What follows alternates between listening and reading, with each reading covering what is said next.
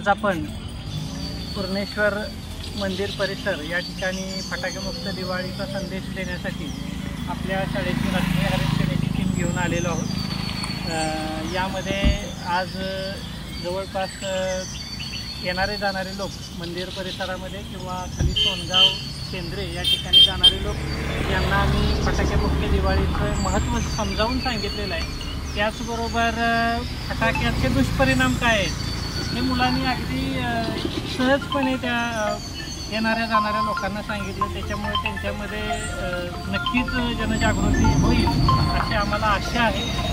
आपल्या सर्वांना पर्यावरणपूरक दिवाळीच्या हार्दिक शुभेच्छा।